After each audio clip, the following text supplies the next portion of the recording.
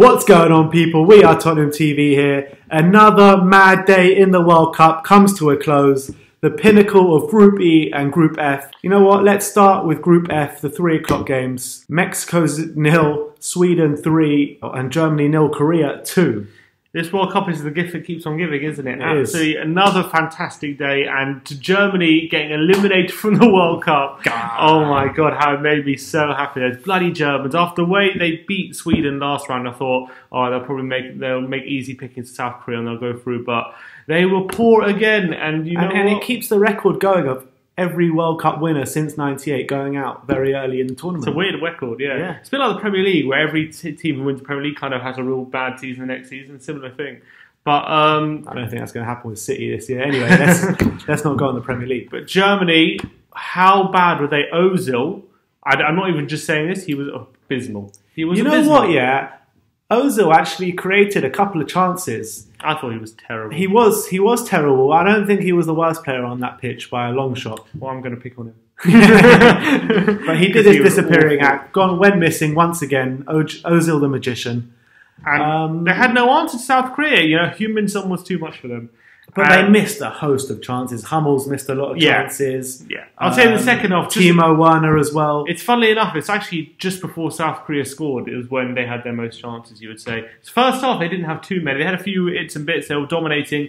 They were kind of in control. You didn't feel like, if you're a Germany fan after that first half, you weren't worried that they weren't going to go through. But then once it got 60 minutes, 70 minutes, but once you saw those Sweden goals going in, it was just harder and harder. Yeah, and once the Sweden, because they needed 3 goals at one stage. No, because they would have gone above Mexico. Mexico could have gone out. Right, it would have been unbelievable after the first 2 games.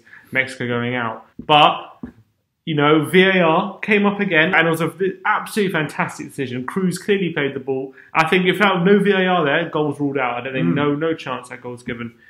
And you've got to give South Korea so much credit. They were out pretty much before this game. Everyone expected them just to roll over, having already been eliminated, and they put their all into that game. They acted like it was a World Cup final, and the way they celebrated as well was absolute scenes. And it was like the contrasting views of seeing Sonny sobbing his eyes out the game before and celebrating like he won the World Cup this game. It just tells you what it means to these South Korean players and the nation as a whole. Absolutely, it was fantastic. And that last goal from Son, right at the end, booting it from his own half, one of the South Korean players, and Son just runs onto it. Neuer is nowhere to be seen. And Neuer gets completely robbed. What is he doing? Into the South Korean half. I understand they need a goal and everything, but that's just stupid. Just pretty much give him a... It's like in FIFA when you just hold down triangle. Neuer did a few dodgy... a few dodgy moments for Neuer. He was taking the ball. It looked like the South Korean player was getting. I don't know how Neuer got past him in the end. I'm saying that moment is like when you're losing in FIFA and you just hold down triangle because you're really frustrated. The keeper just comes running out every time just to bamboozle defensive like happens. That was literally Neuer today, and it cost them, and that's what happens. And the Germans have been poor all tournament. Yeah. But what I can say about the Germans, they have been creating those chances, but they just haven't had that person to finish those chances off. Timo Werner has been awful this tournament. It's funny, though, because you'd say, I thought this tournament, Germany were probably better equipped than other tournaments with in terms of strike force to have that man. Because usually they have obviously they have Klose and Gomez, who don't really do it at club level, but decent international. But finally they had a striker like Werner with pace in behind. He was electric for Leipzig, and he was in good form. And you thought maybe... Had a shocking tournament. Yeah, you thought maybe he would be the one. But yeah, he's awful, absolutely awful. Maybe he needs a few... Does this leave question marks over not having Leroy Sané in the squad? For sure. He did. I mean, Royce was the one usually starting on the left. I thought he had a pretty decent game against Sweden. He didn't start in the first game, but he was very poor today, unfortunately. And what do you think this means for Joachim Löw? I think he's been there long enough. I think he's been there 10 years. No international manager stays there that long. And so I feel like it could be... He's earned his way to stay, or you think it's time for him to leave?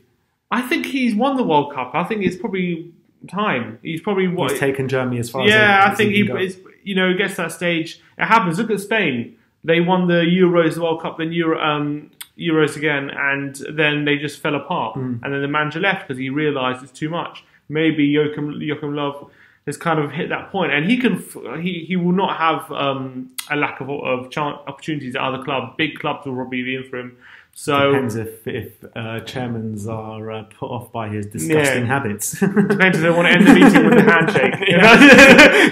No one is shaking Yokomo's hand. They can sign the contract. Once it gets to the handshake, then it's deals off. But anyway, let's hear from a very emotional Bayern Ryan from America, massive Germany fan, massive Bayern Munich fan. Let's hear from him. What's up, WeAreTottenhamTV? It's Bayern Ryan here. You can follow me on Instagram at Bayern_Ryan. Yeah, Germany. I don't understand. All that talent, no results. Just whew. The group was winnable, and you finished dead last. I don't know. I'm not gonna make any excuses up. We played like shit the entire group. I'm getting my phone's done crashed 3 times for people that are trying to rub it in teams that aren't even in the tournament. Go figure. South Korea, congratulations.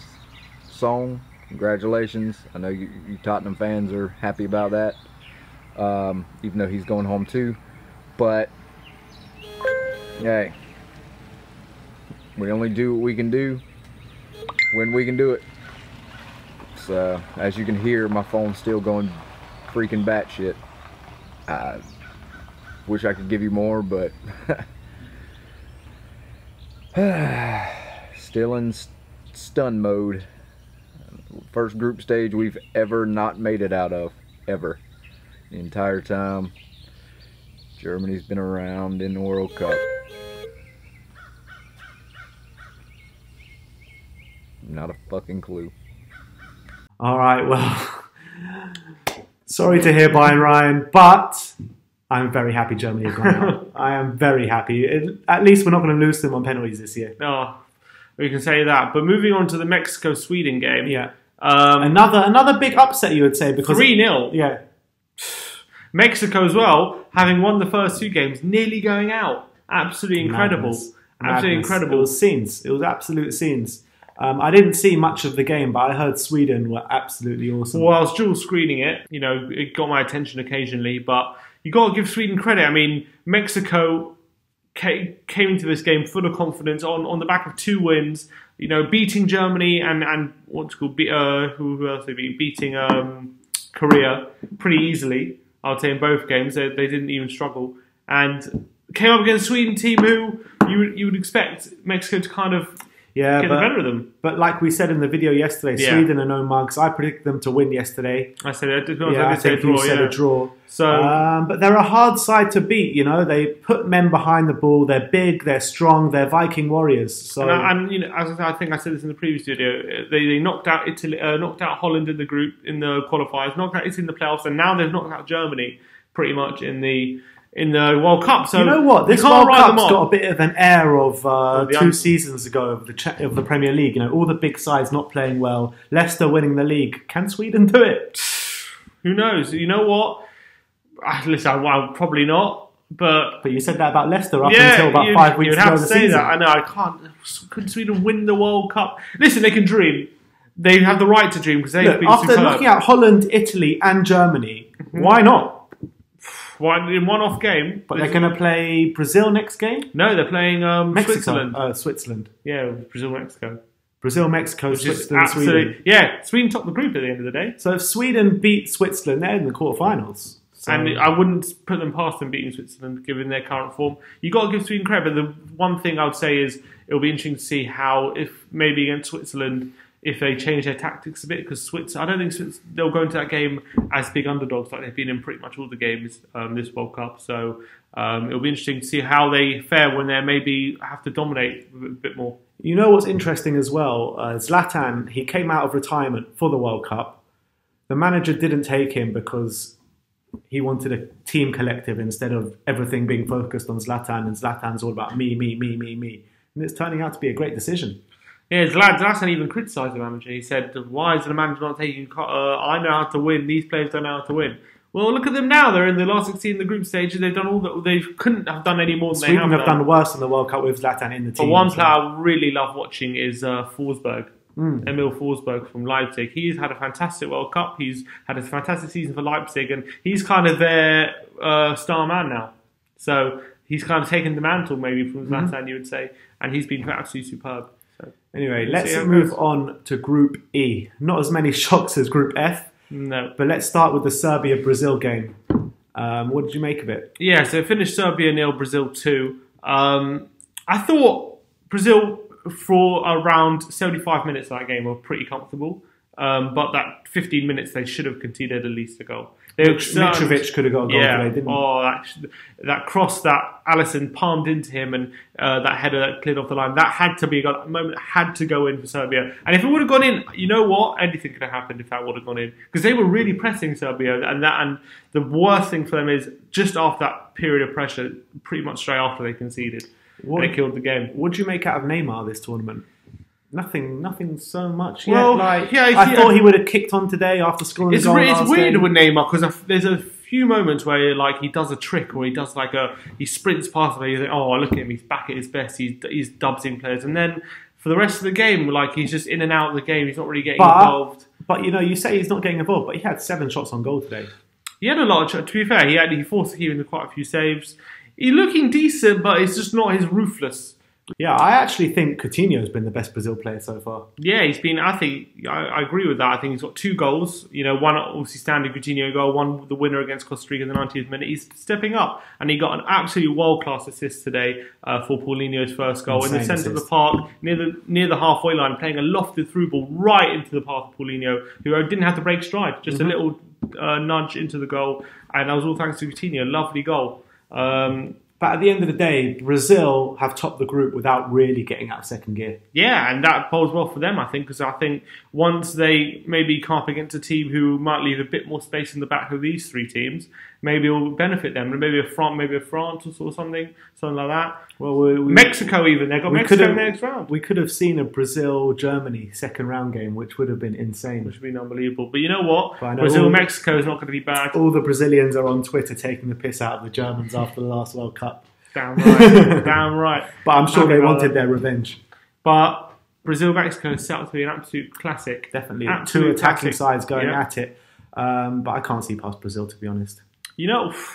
Mexico beat Germany. I mean, obviously Germany are out. They lost South Korea, but you can't write them off. I think they're going to play the same way. There'll be goals for sure. I think both teams will score. They'll play the same way on the counter attack. Maybe Brazil won't be as naive as Germany were, but it's going to be a cracking game. I'm really looking forward to it. Really looking forward to that one.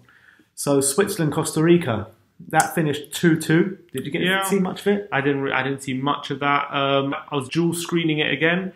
But Switzerland only really needed a draw to qualify out of this group. They were pretty much done either way. So they got the draw. I know they were paid back in the last minute. But it's good. I think, do they remain unbeaten through the group? Oh, no, they lost to Serbia. So 1 loss. No, they beat Serbia. They were unbeaten. They beat Serbia. Yeah, they beat Brazil and drew with Costa Rica. Yeah, unbeaten. So good. You got that's giving credit for being unbeaten throughout the group in a hard group. You would say. I would say people wrote Switzerland off to qualify from this group before the tournament. I would have said Brazil and Serbia would have gone through pre-tournament. Yeah, and even maybe people might even have rated Costa Rica's chances higher than some people. Yeah, because last World Cup they had a good one, didn't they? But you know what? They got decent players in there like Shaqiri and Don't say Lichtsteiner or Xhaka. I was thinking Xhaka, but he's not good there. So it's going to be interesting to see how their game against Sweden in the next round goes, because they're going to be wanting to play each other probably. Yeah, exactly. Both teams are up for that game. They probably want each other. They both probably see each other as favourites. So it's going to be an interesting game. I'm looking forward, not as much as Mexico and Brazil, but 2 teams who probably wouldn't have seen themselves in the quarterfinals will both have a chance to make it, so it should be a good game. Okay, so let's have a little look at tomorrow's games, have a quick few predictions. Japan-Poland. Japan-Poland, so Poland already out, so Japan pretty much just need a draw, I think, to qualify. So I guess they need a win. We've seen enough times now, teams who are already out and know you can't write them off. Score prediction. I'm going to go Japan. I'm going to go draw. I'm going to go Japan 1, Poland 1. Going Japan 1, Poland 1? Yeah. Lewandowski to get on the score sheet? Yeah. I'm going to go for a 1-0 Poland win. Going to go Poland for the win? I've got a feeling Poland are going to win this one. Japan, they look nice and organised, but the quality, I don't think the quality You would say Poland probably have a better team even though they're already out. Yeah, Poland have looked shocking so far. Have. But I think because they're out and the pressure's completely off, I think they're going to go out. And how many times now has it happened? About 3 or 4 times. The team who's already out has got the result against a team who needs a result. Yeah. So it happens all the time. It happens in the Champions League a lot as well. You know, these teams that come out, no pressure whatsoever, just go out there and enjoy yourself for the last game. And they come out with the points. All right, so Senegal, Colombia. That's going to be a really good game. That should be a cracker. I think Colombia really turned up against Poland. Fantastic. Falcao's looking good as well. Yeah, I thought that 3 behind Falcao, Cuadrado, Quintero, and James Rodriguez looked unbelievable. I thought it really looked potent. So I'm backing Colombia in this game. I'm going to go 3-1 Colombia. I reckon Senegal will get a goal, but Colombia will end up with the points. Also, Senegal are no mugs with Mane in their team and a couple of other big players. They got Koulibaly as well, don't they? They drew 2-2 with Japan last game, and they beat Poland. So I remember watching that game, and Senegal won that impressive, but they just got over the line because they were really bad mistake by Kukoviak, who played that through ball out of nowhere. So it'll be interesting to see how that one goes, but prediction will be... You've already said 3-1. Yeah, 3-1. I'm going to go something similar. I think it's going to be a bit tighter than 3-1. I think it's going to be, I reckon 2-1 or 3-2. I think there's going to be a lot of goals in this. They score against Darwin Sanchez? They can't. He's been poor this tournament so far. He's saving it for Spurs. Let's hope so. Exactly. Getting all the mistakes out of the way of the World Cup. So who, out of those 4, who do you want to play? Not Colombia. Out of those 3? Not Colombia. Who? Japan? Japan, for sure. I don't really want to play Senegal either, to be honest. I'd rather play Senegal than Colombia. But I don't want to play Colombia. I think so Japan, Senegal, Colombia. Yeah. All right, so we move on to England's group tomorrow. Hey, England. Let's talk about Panama, Tunisia quickly. Just give me a prediction. Both teams are out. It's a nothing game. 0-0. 0-0. I think Tunisia will win that game 2-0, 2-1. Yeah. Maybe Panama will get a goal. Yeah. Moving on to the England game. England, Belgium. Both teams are through. It's looking. You don't want to win the group. Yeah, exactly. It's looking like if you finish second, it's going to be a better route to the final. Because you avoid Brazil. You avoid Brazil. And in our route to the final, if we finish second, then we kind of meet Spain in the semis, which are a beatable side. Yeah. But do we want to keep the momentum of what we've created? 100%. I would prefer to finish second, but I just don't want to lose this game. I think the momentum is more important, in my opinion. Keep it going. Keep the good feeling going. You don't want to, once you get a defeat, even if it's a nothing game. I've seen it happen with Spurs so many times. Like we lose like a league. We're in a good form. We lose like a League Cup third round. All of a sudden, form starts derailing a bit, and doubt starts to creep in. Momentum is so key, especially in such a short space of time, like a tournament like the World Cup. It's so important. But getting a draw with Belgium is a good result, and that'll keep the momentum going. Let's say we get a draw. Are we second at the moment or first? We're first at the moment, so but that's because of bookings. It's because of fair play. We're 1 booking behind them, so all we need to do is play Eric Dyer. Which we are. Exactly. Apparently he's confirmed he's starting. Oh, really? Yeah. So you play Eric Dyer, he gets a booking, we draw the game, Harry Kane gets a couple of goals. Imagine going to the last 10 minutes, it's like 1-1, and then everyone just fouling each other. Trying to get as many bookings as possible. It'll be like the Battle of the Bridge, won't it? But you got to be careful just because you don't want to be ruled out of this last 16. So I know it's confirmed that Lukaku is not going to be played tomorrow. But apparently Belgium are going to make a whole host of changes. Reckon Kane's going to play?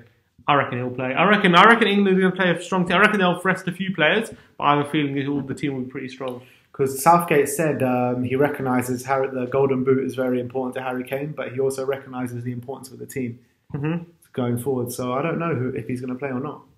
I have a feeling he might, because I think maybe he'll play golf off in 60 or something. It'd be interesting. I think maybe the fullbacks he'll change. I think centre backs. I reckon he'll play. I reckon Walker will start, and I reckon Stones will start. Maybe I think he'll rest Maguire. What do you reckon about Walker at centre back? I think he's been playing well, doing good things. But don't you think that against better opposition, he'll get found out? Like his defensive positioning is not the greatest. He's not a centre back, and he's a bit prone to a mistake like that as well. Maybe, but I think that he has. That's the reason he's in a back 5. If he's in a back 4, then I think you have more of a point than him being a back 5 because he has more cover. And I think him allowing him and Trippier both in the game as well benefits England so much because Trippier's been pretty much England's best player. It's true, but when you look at the penalty he gave away against Tunisia, okay, I don't think it was a penalty, but if you're in that position and your body's in that position, you're giving the referee an excuse.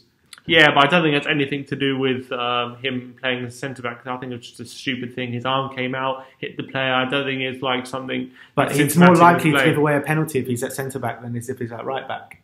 Yeah, but that's it with any player. Yeah, but we're not talking about any player. We're talking about Walker. And we're talking about his defensive game. I don't agree with that. I think I know we're talking about Walker, but I'm saying just law of averages. Any player who's playing at centre back versus a player who's playing at full back. Yeah, but you've got players who are naturally at centre back, who naturally know the position well, who won't get themselves in those positions in the centre, as opposed to Walker. I disagree. I think Walker's done a fine job. I know it's only Panama and Tunisia. Maybe, listen, we've got to play bigger teams to see how it turns out. We've played some good teams in friendlies. So when Walker gives away a penalty against a big team, remember this video. He's always given away a penalty against a small team. We'll see. I think we need him and we need Trippier for his crossing and his set pieces. So I think it's probably the best of both at the moment here. And I think his pace gets him out of situations. Maybe it'll let us down, but what I would say is... You know Walker, how prone he is to a mistake. He's shown it all the way through his Spurs career. And he's shown it a bit at City this season as well. Yeah, but who would you start? Yeah, that's the other question. That's something else. You need him. He's our best defender. And you need Trippier as well. And he's found a system to fit them both in. So I applaud Southgate. No one else would have done that. So I applaud Southgate for a bit of tactical innovation. Because no one else was thinking put Walker right centre-back. Clever move in my opinion. I think I was sceptical at first. I think it's fine to play him there against the smaller sides. But I really do think he's going to get found out against the bigger sides. Maybe you're right. We will see. Anyway, that was our World Cup roundup. Put in the comment section below what you think the best game was today, who you think the player of the tournament is so far. Like, share, comment, all that stuff. And as always, come on England!